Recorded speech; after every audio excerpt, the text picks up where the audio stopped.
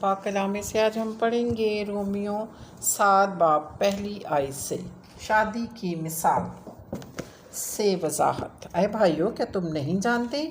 میں ان سے کہتا ہوں جو شریعت سے واقف ہیں کہ جب تک آدمی جیتا ہے اسی وقت تک شریعت پر اختیار رکھتی ہے۔ چنانچہ جس عورت کا شوہر موجود ہے وہ شریعت کے موافق اپنی شوہر کی زندگی تک اس کے بند میں ہے، لیکن اگر شوہر مر گیا تو وہ شوہر کی شریعت سے چھوٹ گئی۔ بس اگر شوہر کے جیتے جی دوسرے مرد کی ہو جائے تو زانیہ کہلائے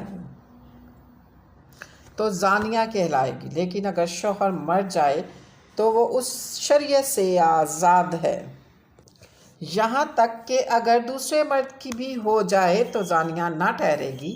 پس اے میرے بھائیو، تم بھی مسیح کے بدن کے وسیلہ سے شریعت کے اعتبار سے اس لیے مردہ بن گئے کہ اس دوسرے کے ہو جاؤ تو مردوں میں سے جلایا گیا، تاکہ ہم سب خدا کے لیے پھل پیدا کریں۔ کیونکہ جب ہم جسمانی تھے تو گناہ کی رغبتیں جو شریعت کے باعث پیدا ہوئی تھیں موت کا پھل پیدا کرنے کے لیے ہمارے اعضاء میں تاثیر کرتی تھیں۔ ہم شریعت سے ایسے لیکن جس چیز کی قید میں تھے اس کے اعتبار سے مر کر اب ہم شریعت سے ایسے چھوٹ گئے کہ روح کے لیے کے نئے طور پر نہ کہ لفظوں کے پرانے طور پر خدمت کرتے ہیں۔ شریعت اور گناہ۔ بس ہم کیا کہیں؟ کیا شریعت گناہ ہے؟ ہرگز نہیں، بلکہ بغیر شریعت کے میں گناہ کو نہ پہچانتا۔ مگر مثلاً اگر شریعت یہ نہ کہتی کہ تو لالچ نہ کر تو میں لالچ کو نہ جانتا، مگر گناہ نے موقع پا کر حکم کے ذریعہ سے مجھ پر ہر طرح کا لالچ پیدا کر دیا، کیونکہ شریعت کے بغیر گناہ مردہ ہے۔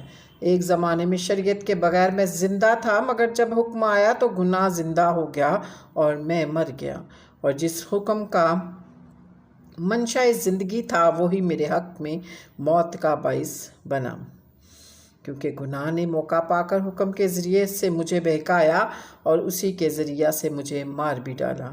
بس شریعت پاک ہے اور حکم بھی پاک اور راست اور اچھا ہے۔ بس جو چیز اچھی ہے کیا وہ میرے لیے موت ٹھہری؟ ہرگز نہیں، بلکہ گناہ نے اچھی چیز کے ذریعے سے میرے لیے موت پیدا کر کے مجھے مار ڈالا، تاکہ اس کا گناہ ہونا ظاہر ہو، اور حکم کے ذریعے سے گناہ حد سے زیادہ مکروہ معلوم ہوتا۔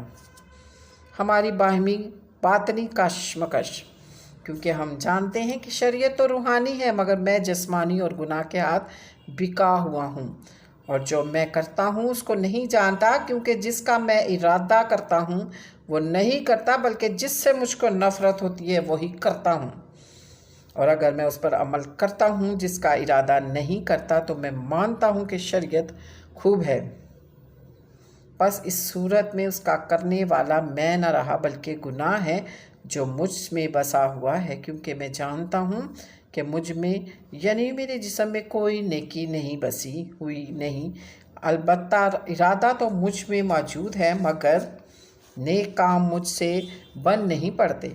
چنانچہ جس نیکی کا ارادہ کرتا ہوں وہ تو نہیں کرتا، مگر جس بدی کا ارادہ نہیں کرتا اسے کر لیتا ہوں۔ بس اگر میں وہ کرتا ہوں جس کا ارادہ نہیں کرتا تو اس کا کرنے والا میں نہ رہا، بلکہ گناہ ہے جو مجھ میں بسا ہوا ہے۔ غرض میں ایسی شریعت پاتا ہوں کہ جب نیکی کا ارادہ کرتا ہوں تو بدی میرے پاس موجود ہوتی ہے، کیونکہ باطنی انسانیت کی روح سے تو میں خدا کی شریعت کو بہت پسند کرتا ہوں، مگر مجھے اپنے اعضاء میں ایک اور طرح کی شریعت نظر آتی ہے جو میری عقل کی شریعت سے لڑ کر مجھے اس گناہ کی شریعت کی قید میں لے آتی ہے جو میرے اعضاء میں موجود ہے۔